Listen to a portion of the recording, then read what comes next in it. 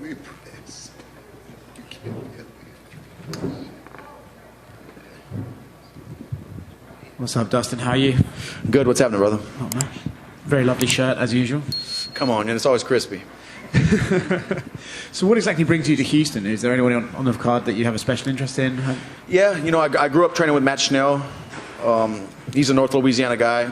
Unfortunately, he's not fighting tonight, but Renato Moicano's a home team and American top team with us, as well as Andre Arlovsky. You know, so coming to support the guys, and also I live a few hours away in Louisiana in Lafayette, so anytime big fights are here in Houston, I try to make it. Right, obviously the big story with you is there's this Nate Diaz fight that keeps getting talked about, but then as soon as it seems like there's any traction, something happens, and then suddenly it's not happening at all. From your perspective, what exactly is happening with that fight? How realistic is it, and what's going on? I think there's a good chance it's going to happen. I think summer is probably a good target, you know, if I would put one on a calendar, but I'm not sure. But I have a good feeling it's going to happen. I'm not sure if I'm going to stay at 170 pounds, but this fight makes sense. He's a guy. I just want to be in fights that mean something to me. Nate's a guy I grew up watching fight. I respect him and his brother. I think that stylistically it's going to be fun for the fans. This is a fight of the year type of fight, and those are the kind of fights I want to be part of. He did say earlier in an interview that the UFC was still playing around and he can't seem to get the fight signed, but he said he wants it to be his retirement fight. I'm not sure if you believe that, or what are your thoughts on that? I don't believe that. Nate, he's got that dog in him. He's going to fight forever, you know. We'll see what happens, but I believe he has a lot of fight left in him, you know, but no telling what his plans are and you know, his exit game or whatever's going on. But I want the fight, and I think he wants it as well. Do you think that was maybe just him playing some negotiation games there? Just last fight in his deal and stuff like that? I have no clue, you know. On my side, let's go. You know, on his side in the UFC, they got to get it figured out. But I'm ready to rock. Would you like it to be 5 rounds, I assume? I want it to be 10 rounds. Cool. Obviously, you have another teammate coming up with Jorge Masvidal fighting Colby Covington. That's a fight that's long been discussed, and everyone knows about your personal feelings towards Colby and now Jorge's.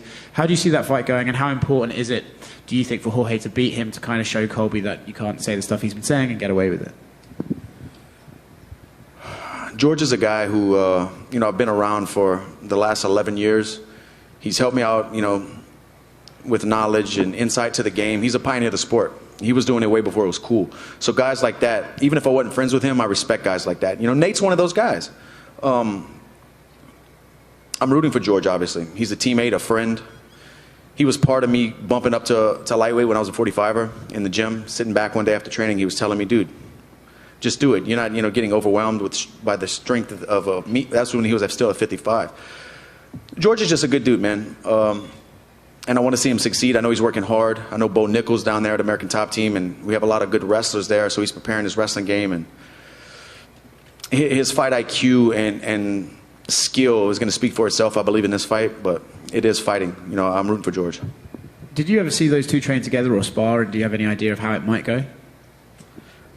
I mean, I'm not the guy to lift the curtain and tell you guys what happens in the gym, but, I mean, it's going to be on display for the world to see, 5 rounds. Yeah, I was in the gym for years with these guys. You know, I've seen a lot of training sessions. I've been in a lot of training sessions. But training and fighting is 2 different things. Is that a fight you want with Colby? I know there's all this back and forth with you guys, and then he put out that clip that one time and all that sort of stuff. But after this fight, you said you're not sure if you want to stay at welterweight, but if they offered you that fight, would you take it? No. I'll never fight Colby in an octagon where there's finances on the line. If I fight Colby, we're both going to jail. I'm going to jail. I'm not going to fight him in the octagon. He's not making money off of my career and what I've done. This is something different, you know. You will never see me fight Colby Covington in the UFC. It's funny you say that, right? Because some people would say that the Conor fight would have been in a similar situation, but you did fight him in the octagon. What is it about Colby that's different, that stands out? Me and Conor have history, you know, fighting him at 45, then bumping up, fighting him 7 years later, beating him. And even that fight, like, you know, I'm probably not going to fight Conor again. I don't really want to fight Conor again. For me, that door is closed. The only reason I do it is for money. You know, I beat him 2 times in a row. What can I best my 2 performances? Can I knock him out quicker? You know, can I 10-7 him? What can I do? You know, I've done it. If I do it again, it's just for money, right? So that's a completely different thing. Thank you, Dustin. Hi, Dustin, over here. Having fought both Charles Oliveira and Justin Gaethje, who would you favor in that matchup? Man, that's tough for me to pick, because Gaethje can knock anyone out, and Charles gets hit a lot. You know, he touched the canvas when he fought me. He touched the canvas when he fought Michael Chandler. And Gaethje's a guy that if you're there to be hit, he's going to hurt you and damage you. But also, Charles has shown championship grit. You know, he's picked himself off the canvas and come back and won fights. And he is the champion. I would say Charles has more ways to win. I think Charles can knock Gaethje out. Charles can submit Gaethje. Charles can win by decision. I think Gaethje has to knock him out. And there's a fan that said that they would get you a Franklin hot dog if you saw them in the crowd. Have you got that Franklin hot dog? I'm looking for that ballpark Franklin, man. I'm looking for it. I'm a little hungry right now. If I run into this guy, I'm down. That's right here. One on the phone quick. Speaking of Nate specifically, is there a reason you want to fight him simply because you guys were booked before and then the things he said after, or is it kind of a competitive thing that he's a big name, or is it kind of a combination of all of them? It's a combination of everything, but it's also history. You know, I was living at my mother's house watching this guy fight on The Ultimate Fighter. Those are the kind of fights that mean something to me. And like I said, he's a pioneer of the sport. Him and his brother have been around forever. You know, when his brother was fighting in Pride, I was a fan. This was way before it was even cool, before it was a mainstream sport. Nate's a fighter's fighter, and I love what he brings, the intensity, the fight he brings, and I think with my style, it's going to be an incredible fight. I think his phrasing was when he called out Jorge after he beat Anthony Pettis, he goes, there's very few people like me and him that do this right. I assume you would throw yourself into that category too? Just a fighter's fighter, like you said? I would hope so. You know, I would never label myself that, but those two guys are pioneers, Jorge and Nate. When Nate was in the WC, before WC was even established, you know, it's just, I'm a stats guy, a history guy. I love the sport, and I love that these guys have cut their teeth and paid their dues before money was ever a part of this. So those kind of guys, even though I want to whip his ass, those guys will always have a special place, you know, in fighting, in combat sports with me. Hey, Dustin, down here. You had mentioned that, of course, you know, you were at the gym with George and Colby for all those years. When they went from being, you know, good friends as they were, and the tension started, what was that like in the gym? Like, was it visible to you? Did you have conversations with George about that? Did you see this all developing kind of in front of you? Yeah, the whole gym saw it. It was toxic. You know, that's why Kobe's, you know, I'm not going to speak for Dan Lambert, but that's why Kobe's not part of American Top Team, because it was just bad. One apple ruins the bunch. You know, it was just bad energy, and we wanted to keep things positive in the gym, moving forward. Have so many fighters preparing for such big fights all the time at that kind of gym. And yeah, but I was around it from the beginning, you know. Back in 2012 when Kobe was just joining the gym from college wrestling and making his debut, you know, I saw everything unfold. Were you friends with him? Like, were you and Kobe friends at one point? We were never close. We trained, you know, a good bit throughout the years, but we were never like close friends. We never did anything outside of the gym. Would you say he changed, or? Oh yeah, yeah. I mean, being honest, and I don't really care. So I saw a time where he was winning fights in the UFC, and he started getting that shtick to you know, he was winning fights but wasn't getting the attention. Then he kind of started switching, and at the beginning of it, it was kind of funny, kind of cool, but there was a point where he started believing all that craziness and started being that person, and that's when things started changing. Thanks, man. Did anyone at the gym try and like kind of talk to him? Be like, dude, what are you doing? Like, why are you going after our teammates, stuff like that? Or did you think everyone just kind of was like just watching and sort of being confused by it, if you know what I mean? Yeah, people were confused, but people kind of saw the business side of things as well, and the way his trajectory was. You know, now he's fighting for belts, and now people are talking about him when they weren't before. It's just the thing that makes me hate this sport. You know, the fakeness of things like that, and I would call it clickbait, but living that kind of life. You know, it's not the same thing that I fell in love when I started fighting 15 years ago. It's a different thing now. You know, guys are making their way through the ranks a different way. Is that another reason why you're kind of looking for fights that interest you, and you're not interested in the biz shit?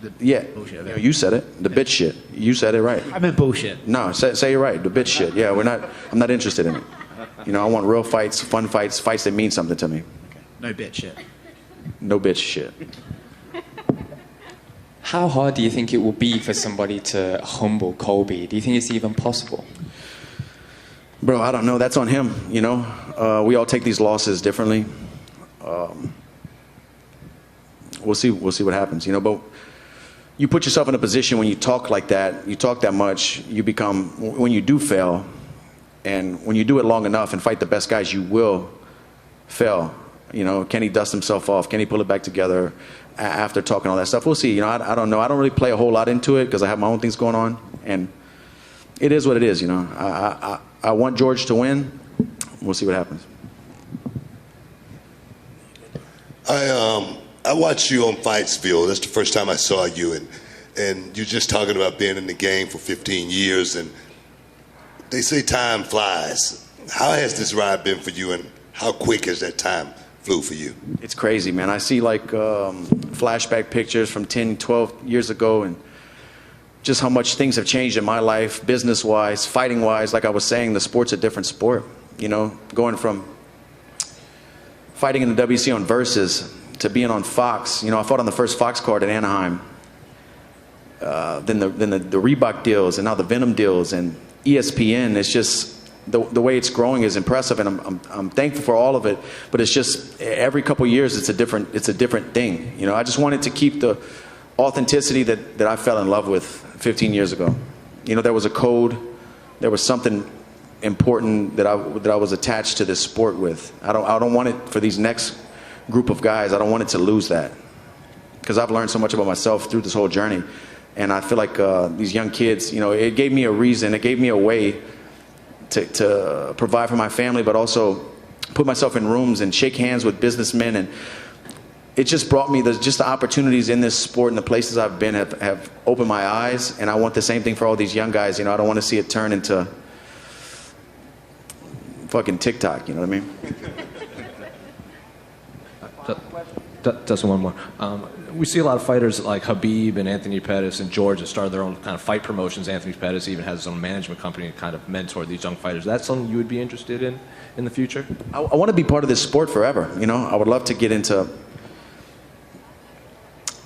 that. Yeah, I would love to run a promotion. I'm not sure if I can commit to that right now. I have a lot of other things on my plate, and I know how much that takes of you to put these kind of things together. If I had the right team and the right people around me, I think it would be a good move.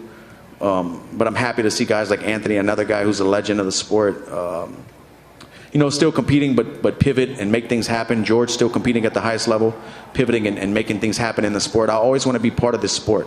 You know, I'm never gonna, even when I leave the gloves inside the octagon, I'm never gonna be far away. Here, Dustin, good night. Before you leave, are you down to tell us your predictions for tonight? Which fight? At least the main event. I think Whitaker's an incredible fighter, and I know he wants that belt back. But man, Izzy's just on such a roll and walking around with so much confidence and at the top of his game. I think it's going to be tough to beat that man. You know, I didn't bet tonight, but if I would be betting, I'd probably bet on Israel. And for the co-main? Is the co-main the heavyweights? That's whoever lands first. I think that's even money right there. Whoever lands first. These are big boys who can punch. I'm excited for that one. Thank you. Thank you.